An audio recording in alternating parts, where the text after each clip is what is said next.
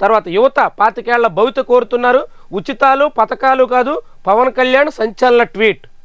మరి అదేంటి, ఈయనే కదా సరిగ్గా ఏడాదిన్నర క్రితం అనేక పథకాలు అమలు చేస్తామని, ఏ పథకం అమలు కాకపోయినా నాది పూచీకత్తని, సూపర్ 6తో పాటుగా మొత్తం మేనిఫెస్టో హామీలన్నీ అమలు చేస్తామని అన్నీ చెప్పింది ఈయనే కదా.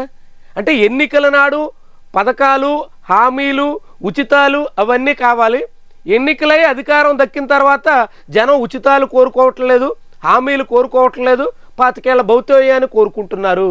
ఇది ఎక్కడి ద్వంద్వనీతి? ఉప ముఖ్యమంత్రి పవన్ కళ్యాణ్ ఎన్నికల నాడు ఏం చెప్పారు?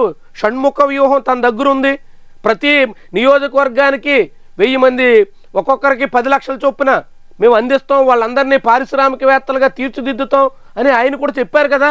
మరి ఏవైనా తన హామీల మాట ఎందుకు అమలు కావట్లేదు? హామీలు అమలు చేయడమే కాదు, హామీల అమలన్నీ జరిగేలా తనదే పూచీకత్తు అని కూడా ఆయన వెల్లడించారు. ఇప్పుడు వచ్చి ఉచితాలు పథకాలు కోరుకోవట్లేదట. మరి ఏం కోరుకుంటున్నారు? కార్పొరేట్లకి భూములు కారు చౌకగా 99 పైసలకే ఇవ్వాలని కోరుకుంటున్నారా? అతి నామమాత్రపు ఉపాధి కల్పించే సంస్థలకి ఉచితంగా కోట్ల రూపాయలు కట్టబెట్టమని యువత ఆశిస్తున్నారా? యువత ఆశిస్తుంది ఉపాధి, అది వాస్తవం. ఉద్యోగాలు కల్పించండి, ఖాళీ పోస్టులు భర్తీ చేయండి, ఏటా జాబ్ క్యాలెండర్ ఇస్తామన్నారు, అది కూడా మీ ఎన్నికల మేనిఫెస్టోలోనే ఉంది. మరి ఇచ్చారా? మీరు ఇచ్చినటువంటి హామీలు అమలుపరచకుండా ఇప్పుడు ఉచితాలు వద్దంటున్నారు, పథకాలు వద్దంటున్నారు అన్నట్టుగా ఈ కొత్త స్వరం ఏంటి?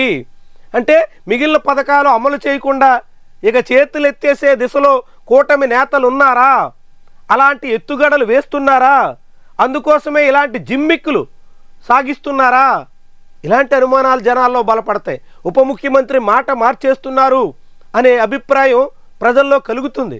ఆయనకు నిజంగా చిత్తశుద్ధి ఉంటే తను ఇచ్చినటువంటి హామీలు అమలు చేసి, ఇక హామీలు కాదు ఇక నుంచి మేము ఇలాంటి చేయబోతున్నాం, ఇంత ఉన్నతంగా యువతను తీర్చిదిద్దబోతున్నాం అని చెప్తే ఆయన మీద గౌరవం ఉంటుంది. కానీ ఆయన నేనే పూచీకత్తు, నాదే బాధ్యత, ఇదిగో మేనిఫెస్టో అంటూ మాట్లాడి ఆ మాటలన్నీ తప్పి ఆ హామీలన్నీ నెరవేర్చకుండా ఇప్పుడు యువత పథకాలు వద్దంటున్నారు, ఉచితాలు వద్దంటున్నారు. ఉచితాలు ఎవరికి ఇస్తున్నారు? ఉచితాలు పేదలకు ఇచ్చింది గోరింత, ఉచితాలు కార్పొరేట్లకు కట్టబెడుతుంది కొండంత కార్పొరేట్లకు ఇస్తున్న దానికేమో ప్రోత్సాహకాలని పేరెడుతున్నారు, గోరంతా పేదలకు ఇచ్చిందేమో ఉచితాలు అని చెప్పి మభ్య పెడుతున్నారు. ఆంధ్రప్రదేశ్లో 99 పైసలు చొప్పున కొన్ని కంపెనీలకు ఇస్తున్నటువంటి ఎకరం భూములు 99 పైసలు చొప్పున వందలాది ఎకరాలు కట్టబెడుతున్నారు. ఆ భూములన్నీ ప్రభుత్వం దగ్గర ఉంటే వచ్చే సొమ్ముతో చాలామంది జీవితాలు ఉద్ధరించవచ్చు. ఇప్పుడు ఆ కంపెనీలు పెట్టి వాళ్ళు ఉపాధి కల్పిస్తారు, వస్తాయి ఉద్యోగాలు అని చెప్తున్నారు. ఎప్పటికి వస్తాయి? ఇట్లానే చెప్పి కాకినాడ సెజ్, ఇదే పవన్ కళ్యాణ్ నియోజకవర్గంలో ఉంది, కాకినాడ సెజ్ పేరుతో 10,000 ఎకరాలు తీసుకున్నారు. ఎప్పుడో తెలుసా? 20 ఏళ్ళు అయింది. 10,000 ఎకరాల భూమి తీసుకుని 20 ఏళ్ళు అయ్యింది. ఇప్పుడు అక్కడ వచ్చిన పరిశ్రమలేవి? ఉపాధి కల్పిస్తాం, చాలామందికి ఉద్యోగాలు వస్తాయి, రైతు కుటుంబాలు బాగుపడతాయి, 25 ఏళ్ల భవిష్యత్తు వస్తుంది. ఆ రోజు చెప్పిన మాటలు ఇవే. మరి ఎంతమందికి ఉద్యోగాలు ఇచ్చారు? పవన్ కళ్యాణ్ అధికారంలోకి వచ్చిన తర్వాత అయినా తన నియోజకవర్గం పరిధిలో ఉన్న కాకినాడ సెజ్లో ఉపాధి కల్పించే మార్గాలు అన్వేషించారా? ఉపాధి కోసం ప్రయత్నాలు చేశారా? అక్కడ పరిశ్రమల ఏర్పాటు కోసం ఏమైనా అయ్యేమి లేకుండా మాటలు చెప్తామంటే ఎట్టా నమ్మాలి?